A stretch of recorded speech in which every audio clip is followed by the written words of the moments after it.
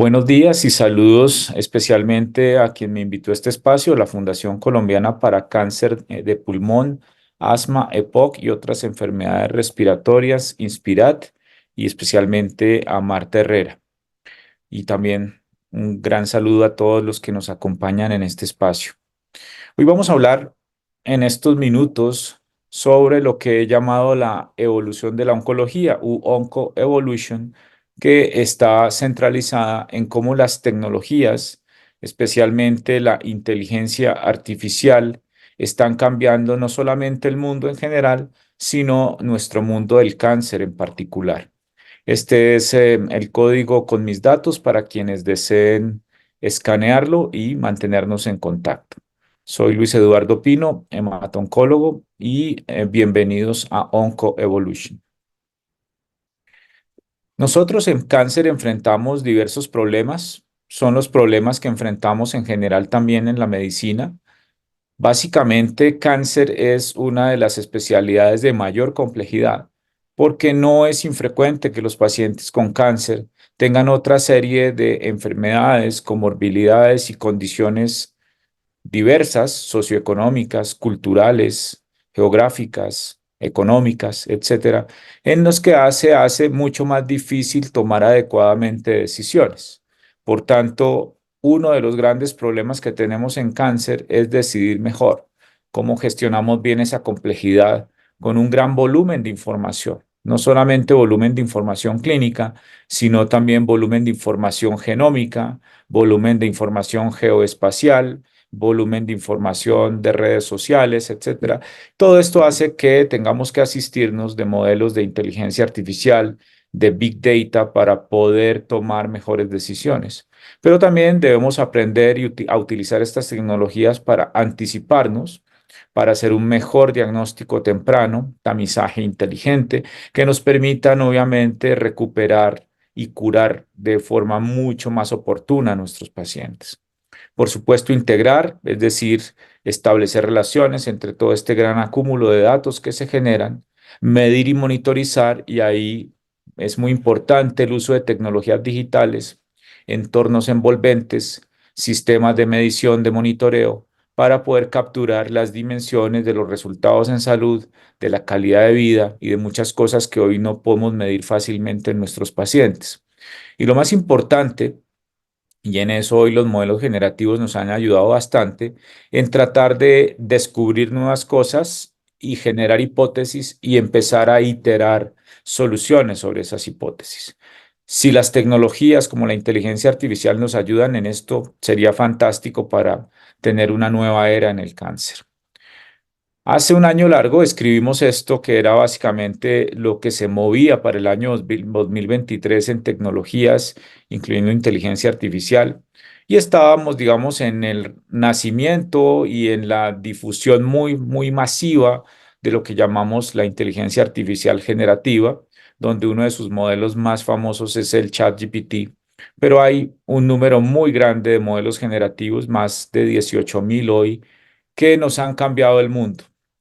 Teníamos también todo el tema de inteligencia aumentada, herramientas low code y no code para el desarrollo de aplicaciones y otros desarrollos informáticos muy fáciles. El tema de datos con analíticas cognitivas, con torres de control. El tema de monitorización con Internet de las cosas médicas, tecnologías ápticas, monitoreo profundo y todo un contexto muy grande que se dio el año pasado, que fue el de seguridad y bioética de los modelos de inteligencia artificial, de los algoritmos. Vamos a ver qué viene para este 2024 y de aquí al 2030, que va a ser un periodo fantástico en el desarrollo tecnológico y inteligencia artificial en medicina. Pero antes de eso, siempre comparto estos datos en donde hago un llamado a que nosotros los médicos nos apropiemos adecuadamente de esto, que no seamos unos usuarios pasivos, sino muy deliberantes y técnicamente muy robustos en todo esto. Y entonces siempre lo planteo con esta pregunta un poco irreverente, que es, ¿y si no se necesitan médicos con la inteligencia artificial? Y lo respondo porque al parecer los médicos no la necesitamos. Y esta es una encuesta grande que se hizo el año antepasado en más de 40 médicos de diferentes países, en donde la mayoría, casi un 70%, si bien consideraba la inteligencia artificial como un desarrollo súper importante en el mundo, el 70% consideraba que no era necesario implementar ningún desarrollo de inteligencia artificial dentro del flujo de trabajo de los médicos porque no aportaba nada mayor a lo que ya aportábamos los médicos en dicho proceso. Posiblemente esto esté dado por una confusión muy grande que hay entre nosotros los médicos y los equipos de salud en el entendimiento de lo que es y lo que no es realmente inteligencia artificial, y claramente la historia clínica electrónica no es un ejemplo de la inteligencia artificial y es posible que haya una confusión que haga que la mayoría de los médicos considere como irrelevante el uso de la inteligencia artificial en medicina. Pero si vamos a contextos como estos, en los cuales hay un paciente que tiene muchas complejidades, que está en una UCI, que está con un SRA inducido por sepsis, que está con múltiples soportes, pero que además tiene cáncer, pues estos pacientes tienen más de 200 variables a contemplar para la buena decisión de un médico, por ejemplo, un intensivista o un oncólogo, un infectólogo que esté en este ecosistema atendiendo a un paciente. Luego es imposible que un médico, por más capacidad intelectual y conocimiento que tenga, pueda contemplar en el mismo acto de un paciente las colisiones entre 236 variables para poder tomar una decisión basado en la complejidad. Luego, lo que necesitamos es, y esto es una, digamos, una consigna que hago en todos los espacios en donde hablo con los médicos, con los equipos de salud, es que necesitamos primero cambiar el diseño de pensamiento de nosotros los médicos y que la IA solamente puede venir después de eso. Muy importante hacer una buena adopción de la inteligencia artificial en los contextos médicos. Ya pasando a la inteligencia artificial y al cáncer, que es una intersección supremamente interesante, pues vemos, estos son mis conflictos de interés. Vemos que hoy tenemos diversos mundos de la inteligencia artificial. Básicamente hay dos mundos grandes que ya los veremos un poquito en detalle. La inteligencia artificial clásica en este lado, que tiene dos submundos que dependen básicamente del tipo de entrenamiento y de los datos de entrenamiento sobre los cuales la máquina aprenda. Uno es el machine learning o el aprendizaje de máquina y el otro es el aprendizaje profundo, en el cual difieren, como he mencionado, en los tipos de datos que entrenan a la máquina y también en los tipos de salidas que generan esas máquinas. Y de la mano del Deep Learning, recientemente, eso viene realmente desde el 2017, pero el año 2022 fue el lanzamiento de lo que llamamos la inteligencia artificial generativa, que utiliza arquitecturas matemáticas e informáticas del mundo del Deep Learning para producir salidas que no necesariamente se parecen a los datos sobre los cuales se entrenó la máquina y que por eso los llamamos modelos generativos, en donde, como siempre, pues el más famoso es ChatGPT, pero existe todo un universo, todo un mundo de inteligencia artificial generativa. Y todos estos campos y subcampos de la inteligencia artificial, sumados a los diversos tipos de datos que nosotros generamos en medicina, en donde oncología es quizá una de las áreas que más datos produce, y que en general la salud produce un 30% de los datos en el mundo, lo cual es un universo gigantesco. Pues al tener diversas arquitecturas de esos datos como imágenes, datos de multiómica, datos de texto estructurado o no estructurado, datos clínicos, datos de señales que se capturan a través de monitores o inclusive aparatos como los wearables, hace que esos datos al entrar en contacto con la inteligencia artificial pues tengan que utilizarse, procesarse a través de diversos sistemas generados de esa intersección, en donde podemos tener estructuras tan complejas como las redes neuronales hasta simples sistemas de recomendación. Esto viene en un crecimiento muy grande, como ya lo veremos más adelante, y lo que vamos transitando es a diversos conceptos, como pasar de los sobrevivientes de cáncer a los previvientes de cáncer, pasar de entornos simplemente de seguimiento a entornos envolventes, pasar de sistemas de recomendación de reglas simples a sistemas de recomendación soportados por agentes generativos, a pasar de sistemas bioinformáticos a plataformas de analítica cognitiva, etcétera, que han hecho y que harán seguramente una transformación fundamental y muy diferente de lo que tenemos hoy como la medicina. Estos son los cuatro entrenamientos clásicos de la inteligencia artificial en cáncer, que son del mundo de la IA analítica, del machine learning y del deep learning, y que no voy a entrar en detalles por temas de tiempo. Esencialmente son el entrenamiento supervisado, no supervisado, reforzado y todas las técnicas de aprendizaje profundo, que básicamente son modelos matemáticos cuyas arquitecturas permiten adoptar esos datos y analizarlos y generar unas salidas de diversa índole, pero que generalmente están enfocadas en hacer predicciones, es decir, establecer pronósticos, establecer potenciales relaciones ocultas entre los datos, en hacer clasificaciones, es decir,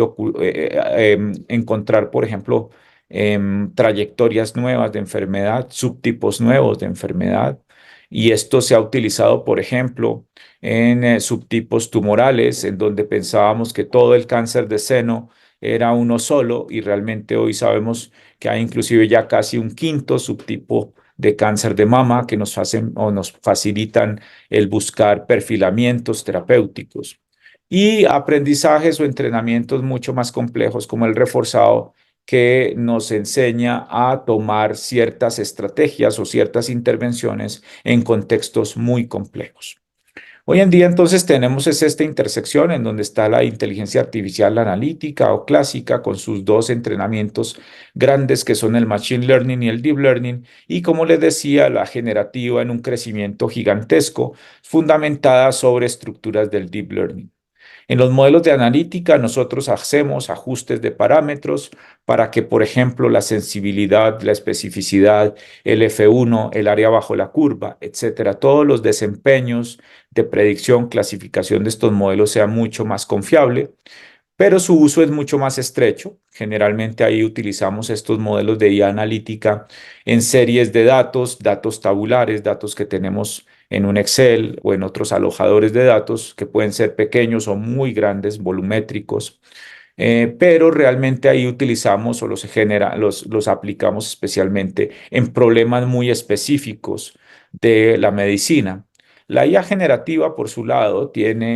es un gran genio, son modelos cargados de billones de parámetros de información, pero los cuales tenemos que ajustar en dominios particulares como el cáncer de pulmón, cáncer de ovario, etcétera, para que puedan tener un rendimiento más óptimo. Y eso lo hacemos o los entrenamos a través de básicamente tres grandes entrenamientos, que son la ingeniería de prompts, es decir, cómo yo al modelo le voy dando unas instrucciones muy precisas que hacen que las salidas sean mejores. O lo puedo hacer a través de recuperación aumentada, que es el famoso RAC, en donde yo lo alimento con bases de datos vectoriales muy filtradas, muy bien preparadas por expertos de dominio para que las salidas sean mucho más contextuales, mucho más exactas. Y tenemos el ajuste por parámetros efectivos, que ya es un tema más profundo en el cual, por ejemplo, un oncólogo puede entrenar un modelo generativo en las particularidades y en los detalles del cáncer utilizando, por ejemplo, gráficas de conocimiento u otro tipo de estructuras de conocimiento que hacen que estos modelos realmente puedan tener contexto y capacidad de cognición. Y hoy lo que tenemos en modalidad en IA generativa es la multimodalidad, que también está en la IA analítica, es decir, la capacidad de entrenar estos modelos con diversos tipos de datos, no solamente texto, no solamente imágenes, sino una sumatoria de inputs y obviamente estos modelos, sobre todo los generativos, también producir salidas de diverso tipo de datos. Esto es un mundo fantástico, como les decía, es un mundo que va a una velocidad supremamente alta y que nos va a transformar definitivamente lo que hacemos en medicina en los siguientes años. Entonces, en cáncer con inteligencia artificial tenemos diferentes aplicaciones, modelos de predicción, clasificación, decisión, todo el tema de visión de máquina que ayuda al soporte del diagnóstico, por ejemplo, en patología digital, en imágenes diagnósticas. todo el tema de análisis bioinformáticos para poder gestionar toda la inmensa complejidad de la multiómica, sistemas de procesamiento del lenguaje natural para, por ejemplo, capturar datos no estructurados desde las historias clínicas o desde los repositorios de datos no estructurados, todo el tema de análisis de datos del mundo real con analítica cognitiva, sistemas de recomendación o Clinical Decision Support Systems, que son como la evolución de las guías de práctica clínica hacia sistemas robóticos inteligentes muy bien entrenados para favorecer el razonamiento clínico. Y todo el tema de modelos inmersivos, hoy moviéndose hacia lo que Apple ha denominado la computación espacial, que ustedes ya lo vieron con el lanzamiento de dispositivos como Apple Pro, que nos permiten hacer una interacción con el espacio a través de pantallas en unas gafas de realidad extendida que harán que, por ejemplo, muy pronto tengamos este tipo de interacción con nuestros pacientes, con nuestros pares, para poder integrar todos estos desarrollos en un sistema envolvente. Porque nosotros somos muy intuitivos. Esto es un journey, un patient journey de un paciente que ingresa a un hospital por un dolor abdominal agudo, una persona pues que es algo muy frecuente, a quien le diagnostican un abdomen agudo en urgencias, lo llevan a un procedimiento quirúrgico urgente, obviamente con todo el tema de autorización de su EPS, ejecución del procedimiento quirúrgico, el paciente es llevado a un procedimiento quirúrgico exitoso, ingresa a pisos hospitalarios para recuperación, pero alguien ya después de la cirugía revisa o nuevamente evalúa los estudios prequirúrgicos y de pronto se da cuenta que había unos nódulos pulmonares en esa radiografía prequirúrgica que no tenía nada que ver con la causa de consulta de ese paciente. Entonces ese paciente entra en un proceso de diagnóstico de nódulo pulmonar que perfectamente hubiera podido ser detectado en una fase mucho más temprana y posiblemente, si bien no llegara a un diagnóstico más temprano, sí hacer una agilización en el flujo de atención de ese paciente. Esto sucede porque nuestra medicina todavía es profundamente intuitiva y coincidencial y estos desarrollos de inteligencia artificial son los que nos permitirán seguramente hacer una mejor anticipación. Este es un ejemplo en cuidado crítico en donde nuestro umbral de detección clínica realmente es muy tardío. Cuando nosotros vemos que un paciente se descompensa, realmente ese paciente tiene mucho más tiempo previo de descompensación que si nosotros lográramos bajar el umbral a un umbral predictivo a través de modelos de inteligencia artificial, pues realmente pudiéramos haber hecho una anticipación mayor y posiblemente influir en unos desenlaces mejores. Para eso es precisamente la utilización de los modelos de inteligencia artificial y de las tecnologías exponenciales en nuestros pacientes. Y ni hablar de operaciones tan ineficientes en países como los nuestros, como son el tamizaje. El tamizaje es una suerte de adivinanza, de encontrar una aguja en un pajar en una población previamente perfilada a través de estudios ecológicos y poblacionales grandes, en donde utilizamos técnicas que no son realmente muy avanzadas, es decir, una mamografía,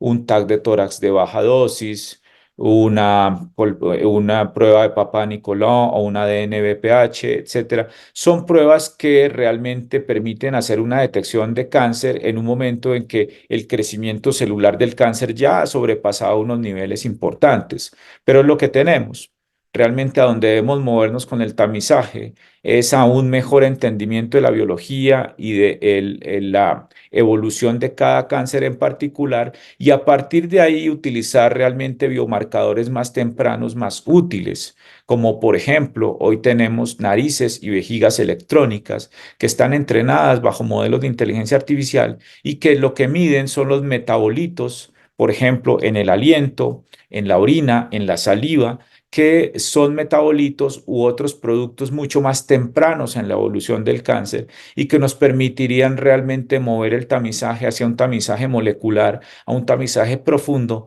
que nos permitiera realmente anticiparnos. Porque cuando nosotros encontramos un BRAF3 en una mamografía, realmente lo que estamos encontrando es un volumen gigantesco de células tumorales y en donde posiblemente, si bien es mucho mejor encontrar a una paciente en un estadio temprano a través de tamizaje clásico, será mucho mejor encontrar a los pacientes en un estadio hipertemprano a través de un tamizaje molecular. Esto obviamente nos lleva a que debamos transformar el modelo de prevención como una operación clínica mucho más profunda.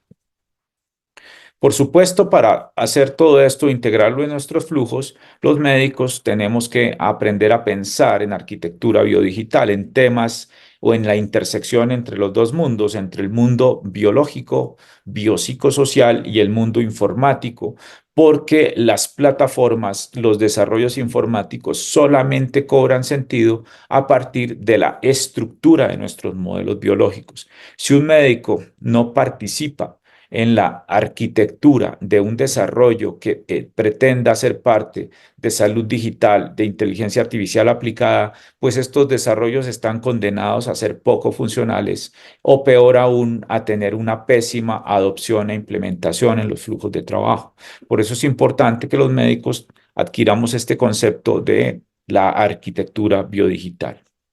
La IA generativa, por su parte, en medicina nos ha impactado en diversos puntos. En el modelo, en el método educativo es donde más lo hemos visto. Hay una parte muy interesante que es toda la investigación y el desarrollo de fármacos apuntalado en los modelos generativos, que ya está en un crecimiento muy grande a través de las farmacéuticas y las universidades del Ivy League, por ejemplo, en Estados Unidos, y en donde veremos muy pronto fármacos desarrollados solamente mediante tecnologías sintéticas soportados por modelos generativos, en todos los flujos de trabajo exponenciales, en la educación en salud y en la experiencia de pacientes es un elemento donde los modelos generativos van a tener un papel fundamental y por supuesto en la medición de resultados en forma mucho más práctica y efectiva.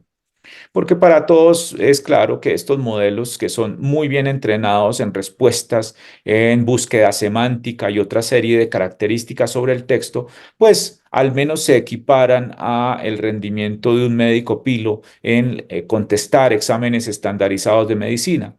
Llegaremos muy pronto a través de nuevas arquitecturas. Estas arquitecturas actuales de los modelos generativos se llaman transformers, pero esos transformers ya están evolucionando hacia modelos que son mucho más efectivos en secuencias largas y que harán mayor rendimiento computacional, pero que nos llevarán a que muy pronto estos modelos realmente sí tengan capacidad de cognición. Hoy no la tienen, hoy tienen capacidad de buscar en el texto, en grandes cantidades de texto, y establecer relaciones entre los textos a través de similitudes matemáticas y extraerlas. Pero mañana es en los siguientes 1 a 2 años, estos modelos con sus nuevas arquitecturas matemáticas tendrán realmente capacidad de cognición y eso realmente será algo muy interesante.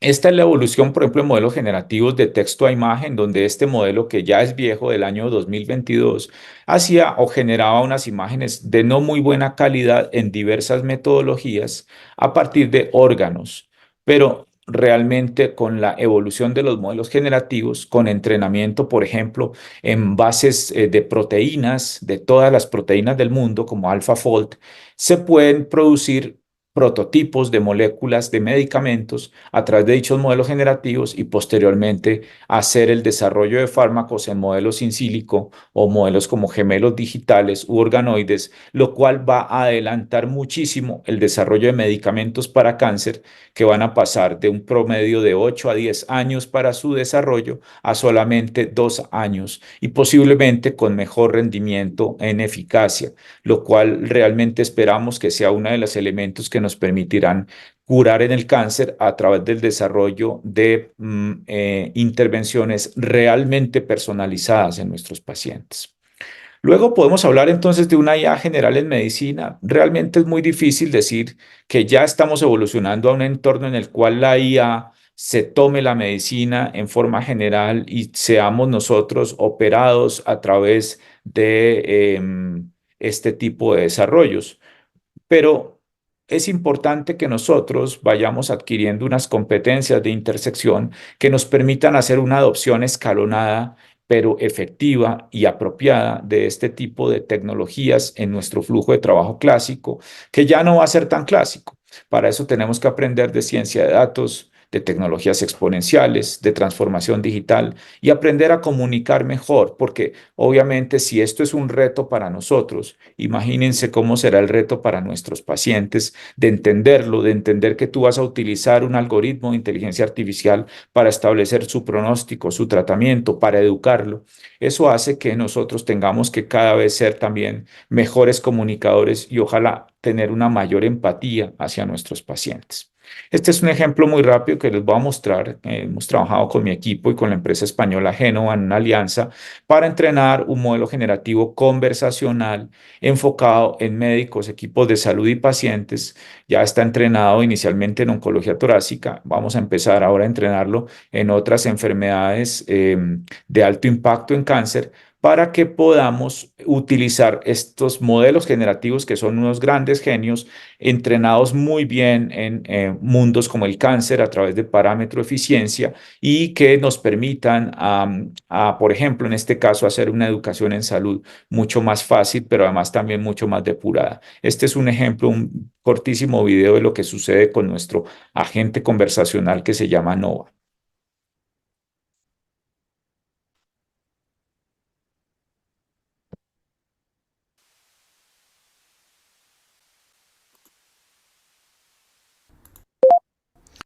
Hola Nova, ¿me escuchas? Lista para recibir tus preguntas.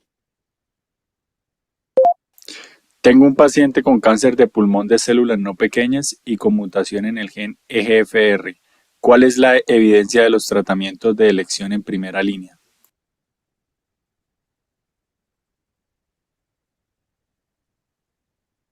En cuanto a la evidencia de los tratamientos de elección en primera línea para el cáncer de pulmón de células no pequeñas avanzado con mutaciones en el gen IGFR, los TI de IGFR son la terapia estándar de primera línea para pacientes con mutaciones sensibles como la de lesión del exón 19 o del exón 21L858R, debido a la confirmación de la superioridad de los inhibidores de primera generación gefitinib y erlotinib sobre la quimioterapia en términos de tasa de respuesta tumoral. Seguridad, calidad de vida y supervivencia libre de progresión, SLP. Doctor, ¿algún otro asunto en el radar? ¿Cómo elegir el tratamiento de primera línea en este cáncer de células no pequeñas con mutación en el gen EGFR?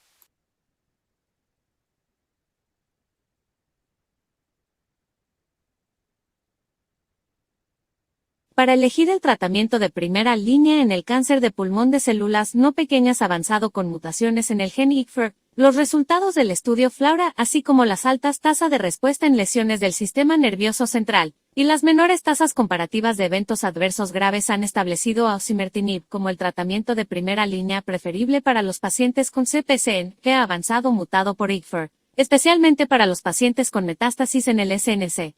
Pero si osimertinib no está disponible en la primera línea o no se considera una alternativa viable debido a no cobertura financiera, sigue siendo aceptable utilizar secuencialmente inhibidores de tirosina quinasa de primera o segunda generación seguidos de osimertinib, específicamente para la enfermedad resistente positiva para T790M, la que ocurre en aproximadamente la mitad de los pacientes. No dudes en preguntar más. Estos agentes generativos van a tener una evolución mucho mayor a convertirse en agentes autónomos. Pero miren, del 2024 en adelante, ¿qué vamos a ver? Vamos a ver el posicionamiento de la inteligencia artificial generativa en el centro de la inteligencia artificial y vamos a tener multimodalidad en esos agentes, en esos modelos generativos que nos van a permitir integrar muchas cosas dentro de esas arquitecturas. Pero vamos a tenerlo gracias a las redes neuronales de última generación, que es la evolución del esquema básico que eran los transformers. Vamos a tener la evolución de la experiencia inmersiva hacia lo que llamamos computación espacial, que ya lo estamos empezando a ver. Pero vamos a ver esos agentes generativos capaces de personalizarse al usuario propio, cada uno va a tener un agente autónomo, pero van a poder entrenarse en tareas secuenciales particulares de cada persona. Y adicionalmente, los agentes autónomos van a poder establecer relaciones entre sí, de tal suerte que nosotros vamos a tener una especie de secretario o secretaria muy inteligente que a su vez está muy entrenada en nosotros mismos y que puede entrar en coordinación con los agentes de otras personas. Pero también vamos a tener problemas con todos estos desarrollos y hay muchas empresas que están trabajando en generar identidades digitales propias que nos permitan mantenernos libres, verificables y protegernos de los deepfakes y de todos los engaños que se van a producir a través de estos modelos de inteligencia artificial. Y entre otras cosas, también tendremos marketplaces de modelos de machine learning, deep learning. Por ejemplo, los hospitales ya deberían estar trabajando en generar sus propios marketplaces para uso interno con los modelos propios entrenados para predicción, clasificación en sus entornos hospitalarios. Vamos a tener plataformas de datos vectoriales, que es básicamente empresas que tengan todas estas bases de datos depuradas, curadas por expertos para poder utilizar y alimentar a los modelos generativos. Obviamente vamos a tener una explosión de modelos generativos de código abierto para entrenamiento diverso y obviamente esto nos va a obligar a que el modelo de software como servicio pase a otro tipo de modelos como pagos por desempeño, pagos por uso específico, etcétera. Esto realmente va a ser una evolución bastante interesante. En oncología, ya para ir terminando, en general, la evolución es que vamos de optimización diagnóstica que va desde el tamizaje hasta, obviamente, ya perfilaciones más profundas. Vamos a tener de predicciones mucho más profundas, como había hablado, a través de arquitecturas multimodales, pasar de survivors a previvors, todo el tema de exponenciomics, que es utilizar tecnologías exponenciales más multiómica profunda para llevar la medicina de precisión a un nuevo nivel. Vamos a tener sistemas de información en salud mucho más robustos que vayan más allá de un Excel y más una plataforma de Business Intelligence. Realmente vamos a empezar a movernos, a hablar con los datos, a interactuar con los datos, a tener medicina guiada por datos, a tener repositorios abiertos de datos, en fin, a todo este tema de disponibilidad inmediata de los datos y una ejecución mucho mejor de la analítica sobre los mismos. El mundo del descubrimiento e investigación de medicamentos, como ya les mencioné, pues va a cambiar también en forma muy rápida y muy potente. Y además todos los sistemas de asistentes cognitivos como los que vimos, como Nova, pero además todo el tema de soportes, de sistemas de soporte al razonamiento clínico. Y llegaremos en algún momento, cuando haya computación cuántica, seguramente a tener realmente capacidades de cognición y a que estos sistemas se integren en un solo ecosistema y llegaremos a lo que a mí me gusta llamar estos modelos de salud envolvente.